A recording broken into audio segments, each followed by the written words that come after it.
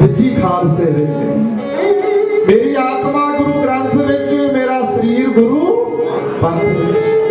बार बार कलगीधर महाराज कहते रहे हो सिखा तेनू वो रूप पसंद नहीं आया,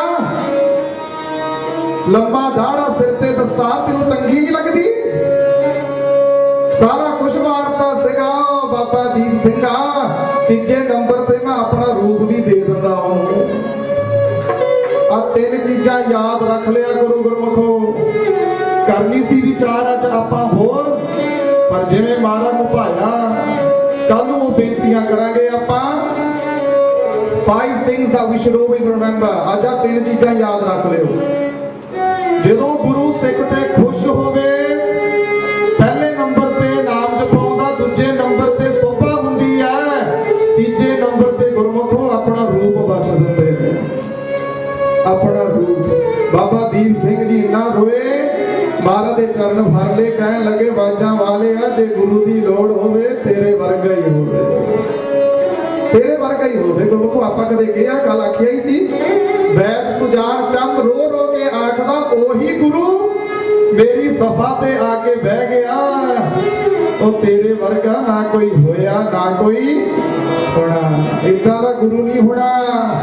गुरमुखो मन बनाओ कलगीधर दे जहाजे चढ़ो अपना जीवन लेखे लाओ। क्यों बहुत जन्म विछड़े थे माधो ये जन्म तुम्हारे देखे। मैं संगत नूं बेनती करदा अज आपां थोड़ा अर्ली समाप्ति कर देनी है। क्यों पता कि कम्मां कारां ते भी संगत जांदी आ कि आपां ये बेनती जरूर रखदे आ कि जिन्ने चिर तक गुरु ग्रंथ साहिब महाराज अपने सचखंड वाल नहीं जाते सुखासना ते विराजमान नहीं होंदे संगत जाया ना करो।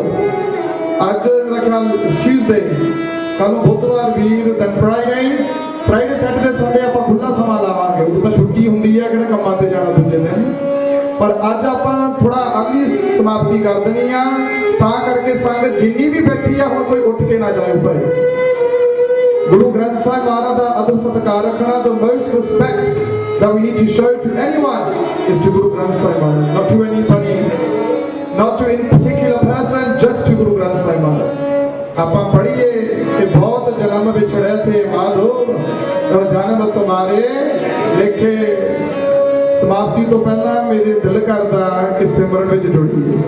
सो एवरीवन अगेन अखां बंद रखो चौंकड़े लाओ। की पता कोई संगत विच बैठा जिन्हें कदे सिमरन ना कीता होवे उहदा मन ही बन जाए।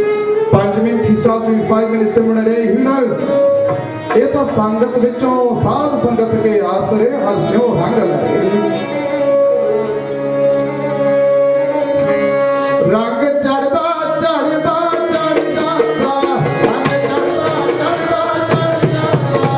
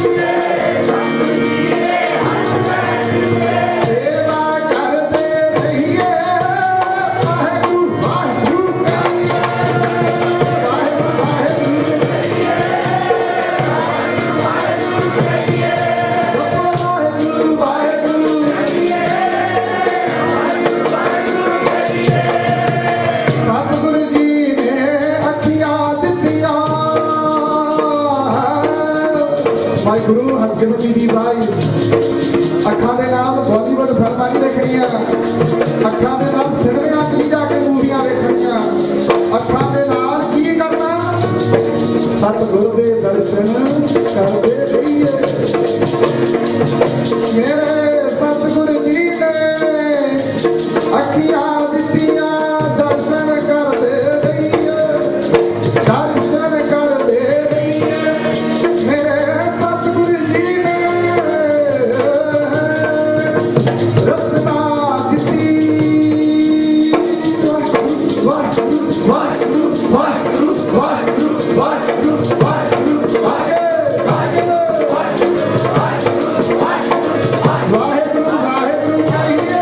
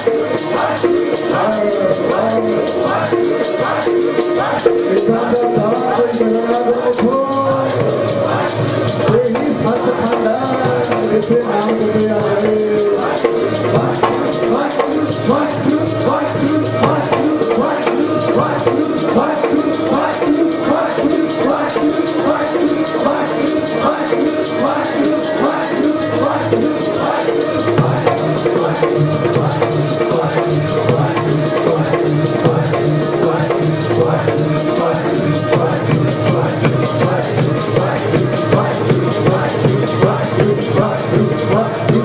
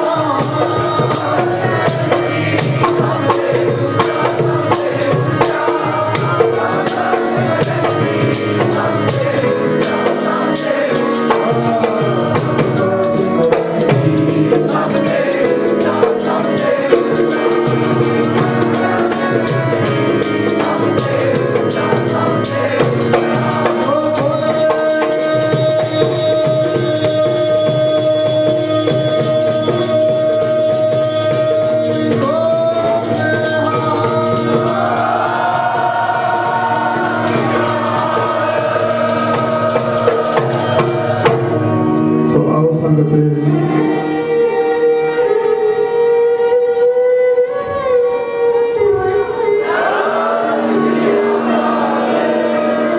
इतनी की सेवा प्रमाण कर लियो हुण ਜਿਹੜੇ ਹੁਣ तक नहीं बोले सारे ने गज वज के आनंद साहिब के पाठ में बोलना। मैं फिर बेनती करा कोई उठ के ना जावे। इथों गुरु ग्रंथ साहिब महाराज जी का सचखंड हुण हुक्मनामा वाहिगुरू हुण अरदास फिर हुक्मनामे दे विच आपां बैठना सुनना आपां इंप्लीमेंट करना अपनी जिंदगी विच वाहिगुरू महाराज स्थानिक फिर महाराज अपने निज स्थानां वल प्रस्थान होणगे फिर गुरमुखों घरां नूं चाले पाइओ। मैं फिर बेनती करा tomorrow which is going to be the 4th day ਸਮੇਂ ਸਿਰ ਪਹੁੰਚਿਆ ਕਰੋ। ਕੰਮਾਂ ਤੋਂ ਆਉਂਦੇ ਆ ਮੈਨੂੰ ਪਤਾ ਮੁਸ਼ਕਲਾਂ ਹੁੰਦੀਆਂ ਨੇ but those people that got holidays ਜਿਹੜੇ ਛੁੱਟੀਆਂ ਤੇ ਆ ਘਰ ਬੈਠੇ ਆ ਪਲੇ ਸਟੇਸ਼ਨ ਦੀਆਂ ਗੇਮਾਂ ਖੇਡੀ ਜਾ ਰਹੇ ਨੇ ਤੁਸੀਂ ਸਮਾਂ ਕੱਢ ਕੇ ਆਓ ਜੀ। ਇਹ ਗੇਮਾਂ ਤੋਂ ਸੰਕੋਚ ਰੱਖੋ। ਮੈਂ ਇੱਕ ਗੱਲ ਦੱਸਾਂ ਬਾਬਾ ਜੋਗਿੰਦਰ ਸਿੰਘ ਜੀ ਸੰਤ ਬਾਬਾ ਜਰਨੈਲ ਸਿੰਘ ਜੀ ਮਹਾਂਪੁਰਖਾਂ ਦੇ ਫਾਦਰ ਗੁਰਮੁਖਾਂ ਨੂੰ ਪਤਾ ਹੋਊਗਾ ਸੁਣਿਆ ਹੋਊਗਾ ਛੋਟੀ ਉਮਰ ਵਿੱਚ ਮਹਾਂਪੁਰਖਾਂ ਨੂੰ ਕਹਿਤਾ ਸੀ ਜਰਨੈਲ ਸਿੰਘਾ ਆ ਤੂੰ ਕੰਮ ਕਰਦਾ ਵਿਹਲਾ ਬੈਠਾ ਰਹਿੰਦਾ ਸਾਰਾ ਦਿਨ ਜਾਪ ਕਰਿਆ ਕਰ। ਜਪਜੀ ਸਾਹਿਬ ਦੇ ਪਾਠ ਸ਼ੁਰੂ ਕੀਤੇ ਸੀ 5-10 ਕਰਦੇ ਕਰਦੇ ਵਧਾਉਂਦੇ ਗਏ। Young age starting 5 Japji Sahib then moved on to 10, 15, 20, 25, 30, 35, 40, 45, 50, 55, 60, 65, 70, 75, 80, 85, 90, 95, 100 110 ਪਾਠਾਂ ਤੱਕ ਚਲੇ। ਗੁਰਮੁਖੋ ਮੇਰੇ ਕਹਿਣ ਦਾ ਭਾਵ ਜੇ ਛੁੱਟੀਆਂ ਨੇ and you're not going to school ਕੋਸ਼ਿਸ਼ ਕਰੋ ਨਹੀਂ ਤਾਂ 10-15 ਮਿੰਟ ਅੱਧਾ ਘੰਟਾ ਤਾਂ ਘੱਟੋ ਘੱਟ ਹੋਣਾ ਚਾਹੀਦਾ ਸਿਮਰਨ ਵਾਸਤੇ। if not ਨਹੀਂ ਤਾਂ ਚੌਪਈ ਸਾਹਿਬ ਦੇ ਪਾਠ ਸੁਣੋ। listen if you can't read it otherwise ਜੇ ਆਉਂਦੇ ਆ ਵੱਧ ਤੋਂ ਵੱਧ 25 ਪਾਠ ਕਰੋ ਨਹੀਂ ਤਾਂ 10-10 ਪਾਠ ਕਰੋ। ਇਹ ਸਾਡੇ ਲਾਭ ਵਾਸਤੇ ਇਸ ਫॉर ਆवर ਬੈਨੀਫਿਟ। ਇਸ ਕਰਕੇ ਗੁਰਮੁਖੋ ਵੱਧ ਤੋਂ ਵੱਧ ਬਾਣੀ ਦਾ ਅਭਿਆਸ ਕਰੋ ਸਿਮਰਨ ਦਾ ਅਭਿਆਸ ਰੱਖੋ ਤਾਂ ਹੀ ਸਾਡਾ ਆਉਣਾ ਦੁਨੀਆ ਤੇ ਸਫਲ ਹੋਵੇ। ਸੋ ਆਓ ਹੁਣ ਆਨੰਦ ਸਾਹਿਬ ਦੇ ਪਾਠ ਵਿੱਚ ਜੁੜੀਏ ਆਪਾਂ। ਰਾਮ ਕਲੀ ਮਹਲਾ ਤੀਜਾ ਆਨੰਦ ਇੱਕ ਓੰਕਾਰ ਸਤਿਗੁਰ ਪ੍ਰਸਾਦ। ਆਨੰਦ ਪਿਆ ਮੇਰੀ ਮਾਰੇ ਸਤਿਗੁਰ ਮੈਂ ਪਾਇਆ ਸਤਿਗੁਰ ਪਾਇਆ ਅਮਰਿਆ ਪਾਇਆ ਰਾਗ ਤਨ ਪਰਵਾਰ ਕਰਿਆ ਸਬਦਨਾ ਬਣਿਆ ਸਤਿਗੁਰ ਤਕਾਉ ਹਰੀ ਤੇਰਾ ਹਰੀ ਪ੍ਰਸਾਇਆ